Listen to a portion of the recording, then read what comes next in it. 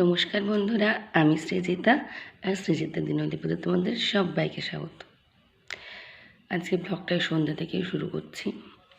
দেখতে পাচ্ছ গলার অবস্থা কি, প্রচণ্ড পরিমাণে গলার অবস্থা খারাপ আর গলা প্রচণ্ড পরিমাণে ব্যথা।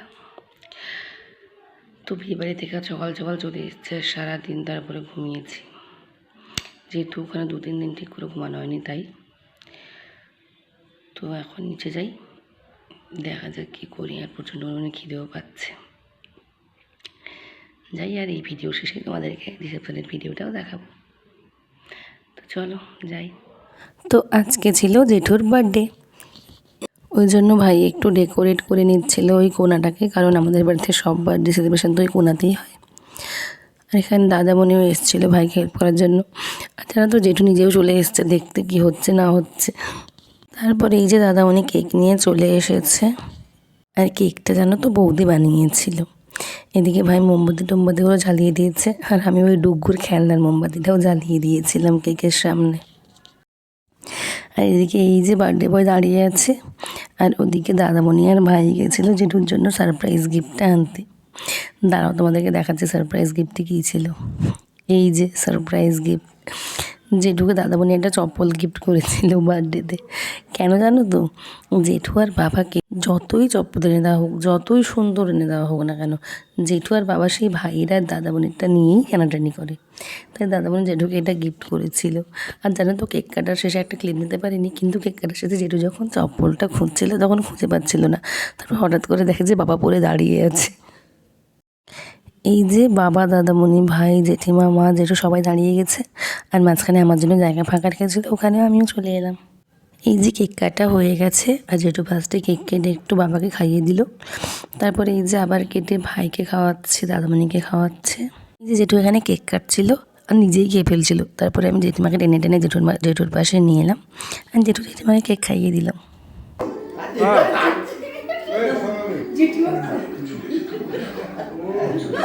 তারপর এই যে জেঠু একটু আমাকেও খাইয়ে দিল। তারপর কেক টেক খাওয়া শেষ করে সব গোছগাছ করে নিয়ে চলে গেলাম রাতের ডিনারে। চলো তোমাদেরকে দেখাই আজকে ডিনারের মেনুতে কী কী ছিল। এই যে এটা ছিল আমার ডিনার, ভাত, এটা হচ্ছে আলু, কচু আর মাছের পেটি দিয়ে একটা সর্ষে বাটা দিয়ে ঝোল টাইপের, আর চিকেন।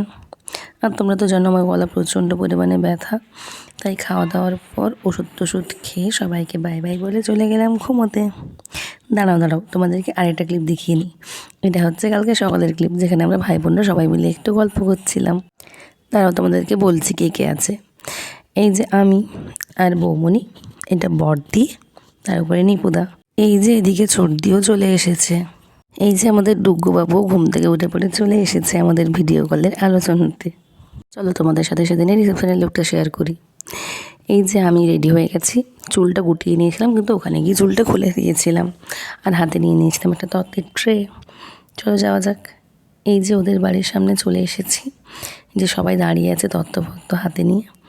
আর এটা ছিল ওদের বাড়িতে ঢোকার গেট। গেটটা খুব সুন্দর করেই সাজিয়েছিল, আমার তো খুব ভালোই লাগছিল। তো চলো গেটের ভেতরে ঢোকা যাক। এই যে পুরো রাস্তাটা এইভাবে ঝিকিমিকি আলো দিয়ে সাজিয়েছে। তো চলো কনের কাছে যাই। এই যে কনের কাছে এসে প্রথমে একটু ভিডিও করে নিয়েছি, তারপর দেখো কনের কাছে ফটো তুলতে যাওয়ার জন্য কত ভিড় ভাট্টা লেগে গেছে। আর এই যে ক্যামেরাম্যানের ভিডিও করার ফাঁক ফোকর দেখে একটু ভিডিও করে নিয়েছি। আমার মা উঠেছিল স্টেজের ওপর ফটো তোলার জন্য। তো চলো তোমাদের সাথে মেনুটা শেয়ার করি। যে প্রথমেই দিয়ে দিয়েছি স্যালাড, তার উপরে লেবু, তারপরে ভেজিটেবল চপ, তারপর ফ্রাইড রাইস আর চিলি চিকেন।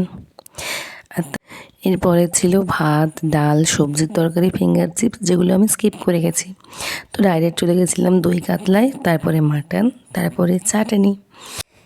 তো তারপরে ছিল পাঁপড়, আর পাঁপড়ের পরে আইসক্রিম, যেটা আমি স্কিপ করে সব খাওয়া দাওয়া শেষ করে ওকে বাই বাই বলে চলে এসেছিলাম বাড়ি।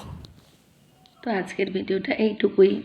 আসলে গলা ব্যথার কারণে ঠিক করে ভয়েস ওভার দিতে পারছি না, তো তাই ভিডিওগুলো ভালো করে শেয়ার করতে পারছি না।